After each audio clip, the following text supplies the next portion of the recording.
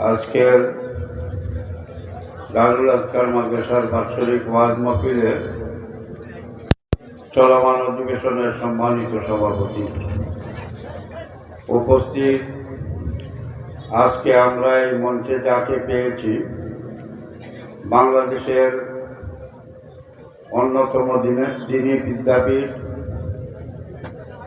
ঢাকা মাদ্রাসার শেখুল হাদিস এবং জমিয়তে উলামা ইসলাম বাংলাদেশের সম্মানিত সভাপতি এবং জকিগঞ্জ কানাইঘাট থেকে নির্বাচনে আপনাদের সামনে এসেছেন, তার সফলতা কামনা করে আমার সর্বোচ্চ বক্তব্য শুরু করতে চাই। সম্মানিত উপস্থিতি, একটু আগে আপনারা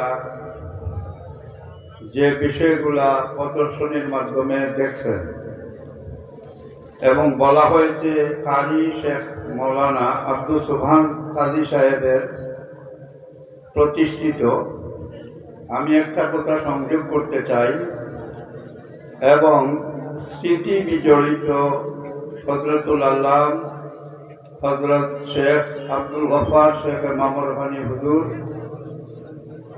এর প্রতিষ্ঠিত এই মাদ্রাসা, আপনারা হাফিজে কোরআনদেরকে আপনাদের সামনে উপস্থাপন করা হয়েছে। এর মধ্যে একেবারে ছোট একটা ছেলে খুব সুন্দর তিলাওয়াত করেছে। হাফিজদের সম্বন্ধে অনেক কথাবার্তা আছে, শুধু একটা কথাই আমি বলতে চাই, গোটা পৃথিবীতে অনেক মানুষ আছে যারা জীবনে একবার বই পড়লে সে আর জীবনে মরার আগ পর্যন্ত ভুলে না, এমন লোক আছে। কিন্তু আলহামদুলিল্লাহ আল্লাহ রব্বুল আলামিন আমাদেরকে এমন সম্পদ দান করেছেন, কোরআন মজিদ। যে কোনো লোক সে যদি হাফিজে কোরআন হইতে চায় তাহলে সর্বপ্রথম শর্ত হইল তার ঈমান থাকতে হবে, মুসলমান হতে হবে। মুসলমান ছাড়া কোনো বেঈমান, কোনো কাফের, সে যত বড়ই জ্ঞানী হোক এবং তার জীবনে যা পড়ে তা মুখস্থ হয়, কিন্তু কোরআন শরীফ সে মুখস্থ রাখতে পারবে না। এটা আল্লাহ রাব্বুল আলামিনের অলৌকিক একটা দান। এই হিসাবে আমরা এই কোরআন শরীফ পেয়েছি, কোরআনের খেদমত করব এবং এই মাদ্রাসার খেদমত করব। একটা কথা, যারা এই এলাকায় মুরব্বিয়ানে কেরাম আছেন, আপনাদের স্মরণ আছে যে কালীগঞ্জ মাদ্রাসা আমার মামা মৌলানা শেখ মাহবুবুর রহমান সাহেব কোলাকুটা এবং কাজী আব্দুল সুবহান সাহেব আরো দু একজন কালীগঞ্জ মাদ্রাসায় পড়াইতেন এবং তাদের একটাই ছিল যে আমরা হযরত হুসাইন আহমদ মদনী রহমতুল্লাহ আলাইহির খলিফা হযরতুল আল্লাম হযরত মাওলানা আব্দুল জলিল বদরপুরি চৌধুরী রহমতুল্লাহ আলাইহির তারা খলিফা।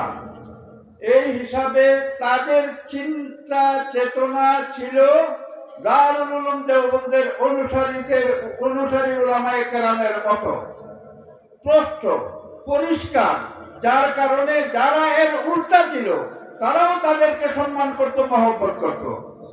এর অর্থ হইল এই কথা, আপনি যাকে ভালো পাবেন, যেটা সঠিক মনে করবেন, সেটাকে যদি আপনি আপনার অন্য চিন্তাধারার মানুষের কাছেও পেশ করতে পারেন তাহলে দুনিয়াতেও শান্তি পাবেন, আখিরাতেও শান্তি পাবেন।